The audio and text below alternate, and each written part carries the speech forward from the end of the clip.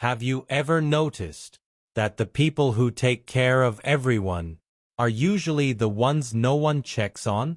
They don't complain. They don't ask. They just keep going. I didn't think about it much until I saw it happen. And once you see it, you can't unsee it. Stay with me. This isn't a dramatic story. It's something I witnessed, and it stayed with me. I spend a lot of time around hospitals, long hallways, plastic chairs, that smell you never forget. If you look closely, you start to notice patterns. Doctors rush, families worry, patients wait. But nurses, they hold everything together. That's how I noticed her. Nurse Evelyn. She wasn't loud. She didn't stand out. No special badge. No authority tone. She just moved calmly, from room to room, like she belonged to the building itself. Night shift. That alone tells you a lot. Night shift nurses see things most people never will. Pain without visitors. Fear without witnesses. Loneliness that doesn't show up on charts. Evelyn worked those hours like it was normal. 12 hours. Sometimes more. She remembered patients' names. She adjusted pillows without being asked. She slowed down when others rushed. And no one ever asked her how she was doing, because she always said, "I'm fine," even when she wasn't. There was one patient I saw her with often. Room 317. A man named Thomas. Late 50s. Rough hands. The kind of hands that built things. Construction worker. Strong on paper. Fragile in real life. He was sick. Really sick. Infections. Complications. Pain that came in waves. But he never complained. Every time someone entered his room, he apologized. "I'm sorry to bother you.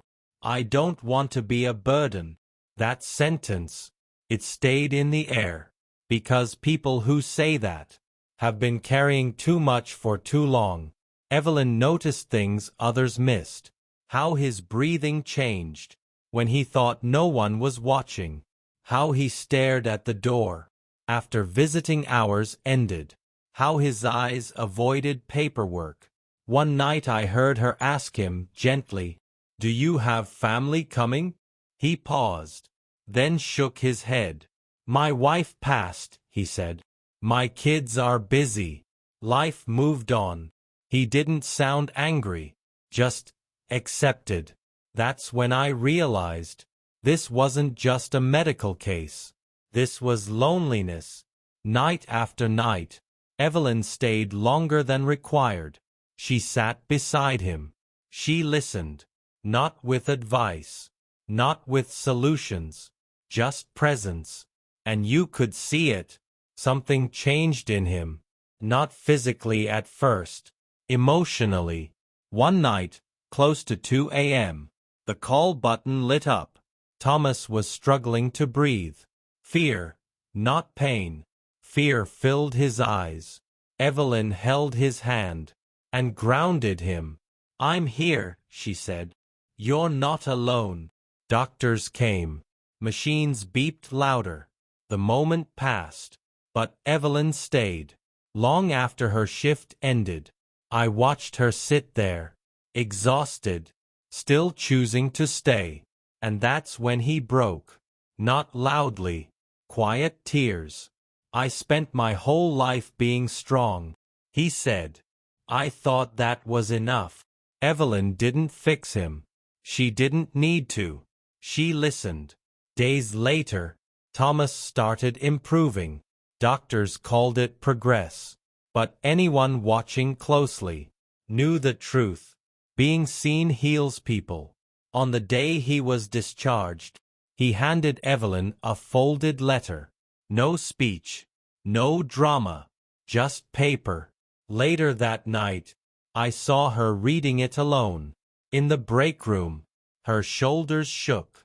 The letter said, You saw me when no one else did. If the world forgets you, please remember I didn't. A few weeks later, something rare happened. At a staff meeting, a senior doctor spoke about burnout, about compassion fatigue. Then he said her name.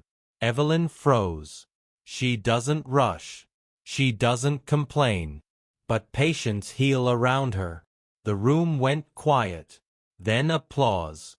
And for the first time, I saw Evelyn smile. Not the polite one, the real one. This isn't just a story about a nurse. It's about the people, holding everything together quietly. If you're watching this, and you feel unseen, tired, empty, please hear this. You matter. And maybe tonight, someone is still standing, because you stayed. Thank you for watching till the end. This is Kind Soul Corner.